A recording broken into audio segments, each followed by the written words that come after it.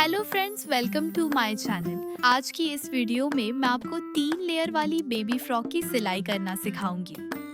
अगर आपने baby frock की कटिंग वाली वीडियो नहीं देखी है तो पहले कटिंग वाली वीडियो आप चैनल पर जाकर देखिए ताकि आप सिलाई की वीडियो अच्छी तरह से समझ सकें। इस वीडियो की लिंक मैं कमेंट बॉक्स और डिस्क्रिप्शन में भी डाल दूंगी। तो चलिए वीडियो शुरू करते हैं।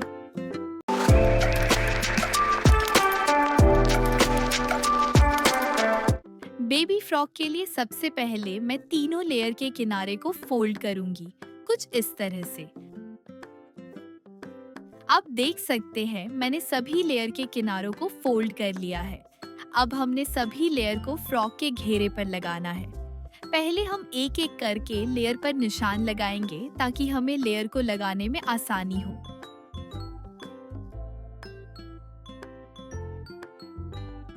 तो मैंने लेयर की लंबाई 7 इंच ली थी, अब मैंने आधा इंच फोल्ड कर लिया है।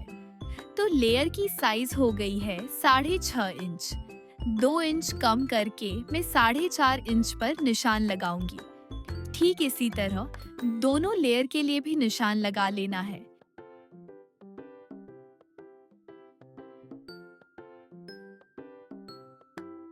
अब इन सभी निशानों पर कट लगाएंगे।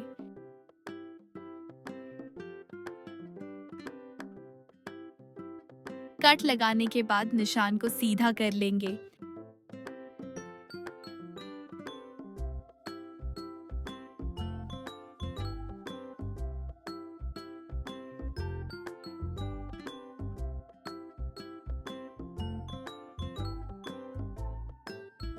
दूसरे पार्ट पर भी इसी तरह निशान लगा लेंगे। अब हमें लेयर को लगाना है। तो पहली लेयर को मैं सबसे ऊपर किनारे पर लगाऊंगी और उसमें चुन्नटें भी भर लूंगी। तो पहली लेयर को मैंने लगा लिया है। अब इसी तरह दूसरी लेयर को भी लगाना है। कई बार ऐसा होता है कि जब हम चुन्नटें भरते हैं तो थोड़ा सा कपड़ा बच जाता है।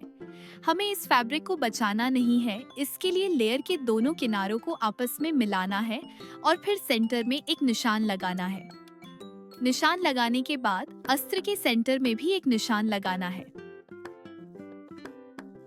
अब जो निशान मैंने लेयर के सेंटर में लगाया था उसे अस्त्र के सेंटर वाले निशान से मिलाना है। फिर एक साइड में जितनी चुन्नटें आप भर सकते हैं वो भर लेनी है और उसके बाद दूसरी साइड की चुन्नटें भी भर लेनी है। तो आप देख सकते हैं कि मैंने दोनों साइड की चुन्नटें भर ली हैं। अब मैं तीसरी लेयर लगाऊंगी। आप देख सकते हैं कि मैंने तीसरी लेयर भी लगा ली है।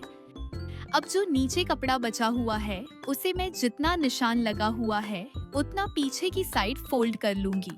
तो इस तरह मैंने फ्रंट साइड पूरी तरह तैयार कर ली है। अब इसी तरह मैं बैक साइड भी तैयार कर लूंगी। तो आप देख सकते हैं कि मैंने बैक साइड भी तैयार कर ली है। ये देखिए, फ्रंट और बैक दोनों साइड तैयार हो गई है। अब मैंने पेटी का फैब्रिक लिया है। इस पेटी को पहले यहाँ से कट करना है और एक हिस्से को हटा लेना है। फिर पेटी के अस्तर को उसके ऊपर रखना है। फिर हमें यहाँ पर सिलाई लगा लेनी है। सिलाई लगाने के बाद अब इसे फोल्ड कर लेना है और चारों तरफ सिलाई लगा लेनी है। और फिर ठीक इसी तरह इसके दूसरे हिस्से को भी हमें तैयार कर लेना है। ये देखिए फ्रेंड्स, मैंने दोनों अस्तर को तैयार कर लिया है। अब मैं दोनों अस्तर पर 1.5 इंच पर निशान लगाऊंगी क्योंकि मुझे बॉबिन में इलास्टिक भरकर इस पर सिलाई करनी है। और भी इस निशान को सीधा कर लेना है। अब हमें फ्रॉक के लिए कस्से बनाने हैं। अगर आपने कटिंग की वीडियो देखी होगी तो उसमें मैंने कस्से के बारे में कुछ बताया नहीं था क्योंकि किसी कारण वह क्लिप मिस हो गई थी। तो अब मैं आपको इस कस्से का नाप बता देती हूँ। इसकी चौड़ाई 26 इंच और लंबाई 5 इंच है। ये 2 हिस्सों में है। और ये कस्से का अस्त्र है जिसकी लंबाई 9 इंच और चौड़ाई 3 इंच है। अब इस लेयर के दोनों किनारों को फोल्ड कर लेना है। कस्से को फोल्ड करने के बाद अब कस्से के अस्त्र को भी इसी तरह फोल्ड कर लेना है। देखिए फ्रेंड्स, मैंने अस्त्र को फोल्ड कर लिया है। अब हमें लेयर पर सिलाई लगानी है।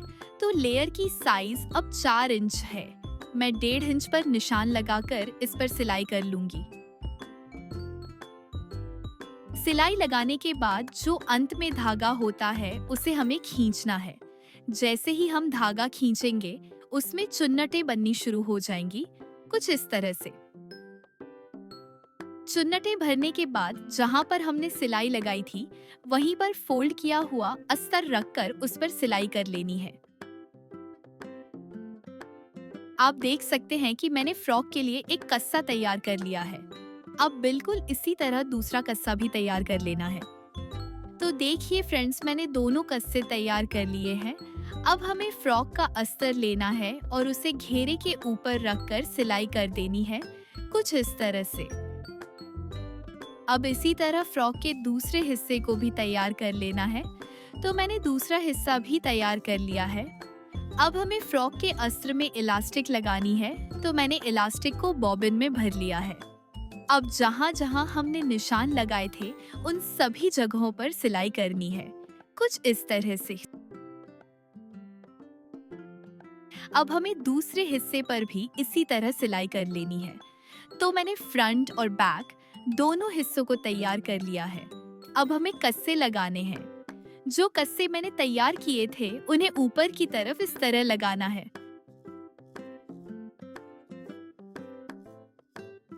अब इन कस्सों को बैक साइड में भी इसी तरह से लगा लेना है। कस्से लगाने के बाद अब इस फ्रॉक को उल्टा करके इसकी फिटिंग करनी है, कुछ इस तरह से। तो मैंने फिटिंग भी कर ली है। हमारी 3 लेयर वाली बेबी फ्रॉक की सिलाई पूरी हो गई है। उम्मीद करती हूँ कि आपको सिलाई की यह वीडियो पूरी तरह समझ में आ गई होगी। अगर कोई सवाल हो तो आप मुझसे कमेंट में पूछ सकते हैं।